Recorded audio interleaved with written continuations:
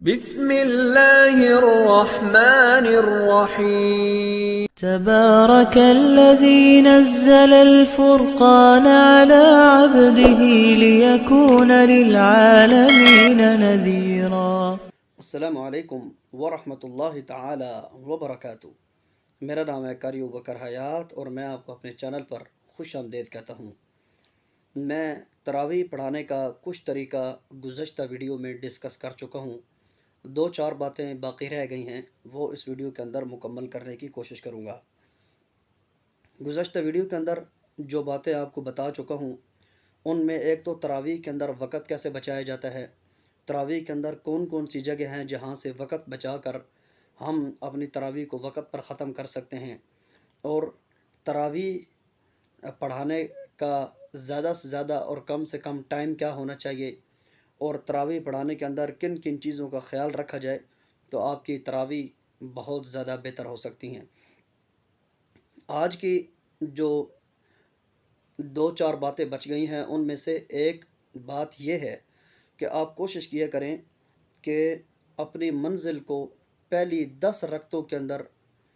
کھینچنے کی کوشش کیا کریں، پہلی 10 رکعتوں کے اندر ساری منزل کھینچ دیا کریں۔ یعنی کھینچنے کا یہ مطلب نہیں ہے کہ دگڑ دگڑ چکی بالکل چلا دیا کریں، بلکہ بات کہنے کا مقصد یہ ہے کہ جو شروع کی 10 رکعتیں ہوتی ہیں لوگوں کے جذبات بالکل تازے ہوتے ہیں اور لوگ اپنے آپ کو قربانی کے لیے بالکل تیار رکھے ہوئے ہوتے ہیں۔ اس وقت اگر آپ لوگوں کو زیادہ دیر کھڑا کرنے کی تھوڑی بہت مشقت دیں گے تو لوگ آپ کی تکلیف کو برداشت بھی کریں گے، بجائے اس کے کہ آپ تمام رکعتوں کو برابر پڑھیں یا آخری رکعتوں کے اندر منزل کو لمبا لمبا پڑھیں اور شروع میں آپ لوگوں کو تحفے کے طور پہ جلدی فارغ کر دیں، تو اس سے آپ کو نقصان یہ بھگتنا پڑتا ہے کہ لوگ شروع میں 8-10 رکعتیں پڑھ کے چلے جاتے ہیں اور آخری رکعتوں کے اندر لوگوں کی ہمت بھی نہیں ہوتی، لوگ تھکے ہوئے ہوتے ہیں، اور آخری وقت کے اندر آپ کو بھی اپنی منزل تیز چلانے کی خاطر اپنے آپ کو کافی قربانی دینی پڑتی ہے اور آپ کو تھکاوٹ اس سے بہت محسوس ہوتی ہے۔ تو پہلی 10 رکعتوں کے اندر اپنی منزل کو کھینچنے کی کوشش کریں، انشاءاللہ اس سے آپ کی منزل کے اوپر بھی بہت بہتر اثر پڑے گا اور وقت پہ بھی بہتر اثر پڑے گا اور اپنے نمازیوں کی جذبات بھی آپ خود محسوس کریں گے۔ ایک بات دوسری بات یہ کہ جو رکعات کی تقسیم ہے وہ اس طریقے کے ساتھ یہ کریں۔ مثال کے طور پر آج میں نے 1.5 پارہ پڑھا تو پہلے پارے کے 16 رکوع ہیں اور دوسرے پارے کے آدھا سپارہ میں نے دوسرا پڑھا ہے تو دوسرے پارے کے 9 رکوع ہیں۔ اب 15 اور 9 کتنے ہو گئے؟ 15 اور 9 24۔ اس کا مطلب یہ ہے کہ ہم اگر رکوع پڑھیں تو 4 رکوع زیادہ ہیں، گویا کہ ہم نے 4 جگہ ایسی پڑھنی ہیں جہاں پہ ہم 2 رکوع پڑھ سکیں۔ تو اب جو چھوٹے رکوع ہیں وہ بڑے رکوعوں کے ساتھ ملا کر 2 رکوع ہم نے 4 جگہوں پہ اکٹھے پڑھنے ہیں۔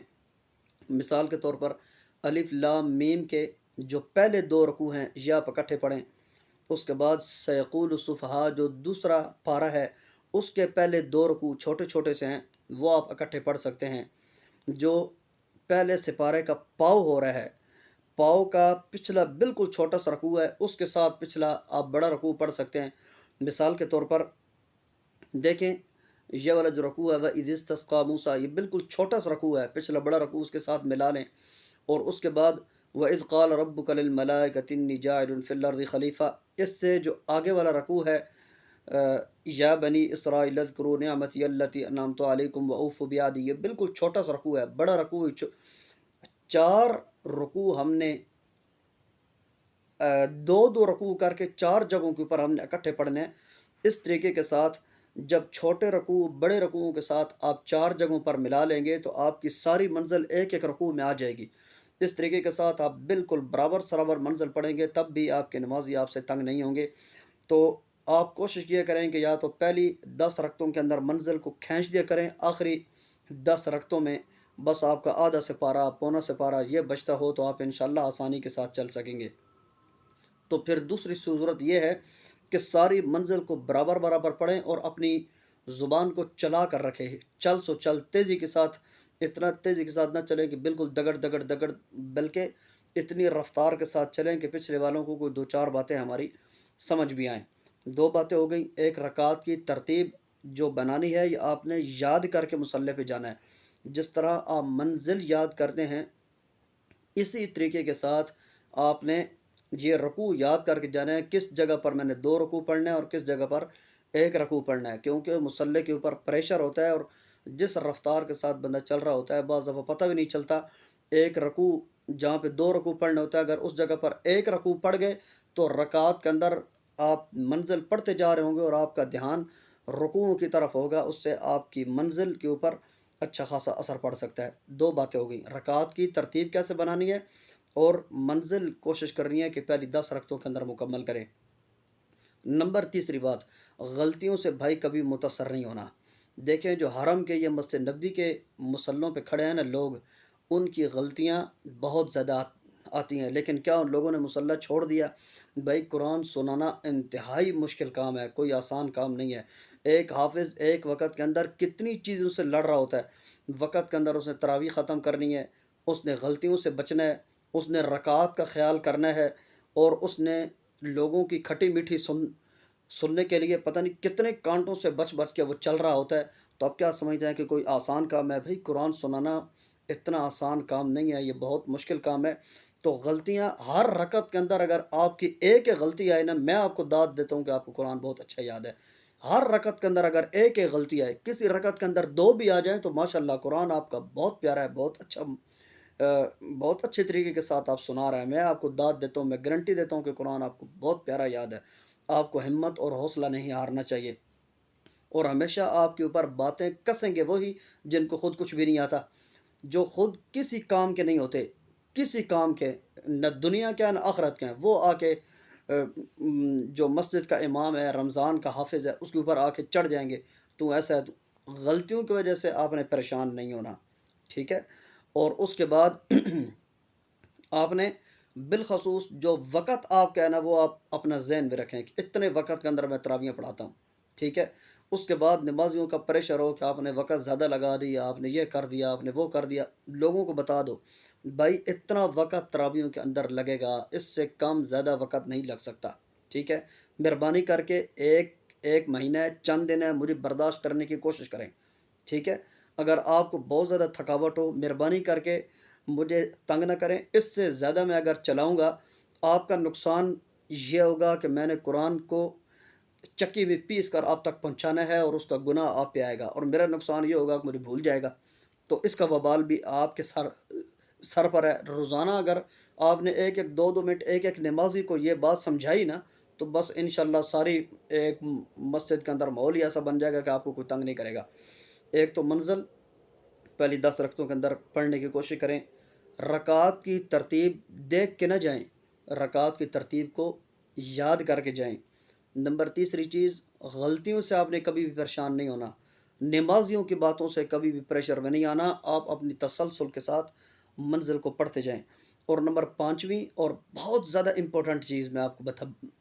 بتانا جا رہا ہوں، اس بات کو توجہ سنیں، آپ کی منزل پہ، آپ کی آواز پہ، آپ کی تجوید پہ، اور آپ کے خشوع اور خضوع پہ، بالخصوص جو تراویح کے اندر آپ انتہائی جستجو کے ساتھ پڑھتے ہیں، اس کے اوپر بہت زیادہ اثر انداز ہونے والی چیز کیا ہے؟ رات کو تراویح کے بعد ائمہ حرمین کی تراویحیں مس نہ کیا کریں، توجہ سے سنیں۔ رات کی تراویحیں چاہے گھر کے کام کرتے رہیں، کسی اور کام میں مشغول رہیں، لیکن ائمہ حرمین کی تراویحیں لازمی سنا کریں، اس سے آپ کی تجوید پہ، آپ کے آواز پہ، آپ کے خشوع خضوع پہ بہت زیادہ فرق پڑے گا۔ ائمہ حرمین جس انداز کے ساتھ قرآن پڑھتے ہیں، دوسرے دن اسی انداز کے ساتھ آپ اپنی منزل کو یاد کرنے کی کوشش کی کریں، اسی انداز کے اندر منزل کو سنانے کی اور مصلی پر پڑھنے کی کوشش کیا کریں۔ 5 چیزیں ہو گئیں۔ چھٹی چیز، رمضان کے اندر میرا بھائی اپنی نیند پوری رکھیں، فجر کی نماز کے بعد سوئیں، جس وقت آپ کی نیند پوری ہو نا اس وقت آ کر آپ قرآن کھول کے منزل کو یاد کرنا شروع کریں، اور منزل جتنی سہولت کے ساتھ پڑھ سکتے ہیں کوشش کریں، جتنی سہولت کے ساتھ پڑھ سکتے ہیں، کم از کم 1.25 سپارے سے کم نہ ہو، 1.25 سپارے سے 1-2 رکوع زائد ہی ہوں، ورنہ 1.25 سپارہ تو کنفرم ہے، اس سے کم نہ ہو۔ تسلسل کے ساتھ منزل کو سنائیں، اور رمضان کے اندر اپنی نیند کو پورا رکھیں. جس وقت آپ کی نیند پوری ہوگی، مصلی کے اوپر آپ مطمئن ہو کر کھڑے ہوں گے، مصلی پہ کھڑے ہو کے آپ دوسرے لوگوں کو بھی مطمئن کر پائیں گے. مجھے امید ہے کہ میری باتوں سے آپ کو کافی فائدہ حاصل ہوا ہوگا، اور اگر اسی قسم کا کوئی سوال ہے تو آپ کمنٹ کے ذریعے سے مجھ سے پوچھ بھی سکتے ہیں. میں آپ کا خادم، آپ کا بھائی آپ کی خدمت کے لیے کوشاں ہوں. اللہ تعالیٰ آپ کا حامی و ناصر ہو. اللہ تعالیٰ آپ کا پڑھا ہوا آپ کی اور آپ کے والدین کی نجات کا ذریعہ بنائے. آپ کا خادم اور آپ کا تابع دار، آپ کا بھائی قاری ابوبکر حیات. والسلام علیکم ورحمۃ اللہ تعالی وبرکاتہ. اللہ حافظ.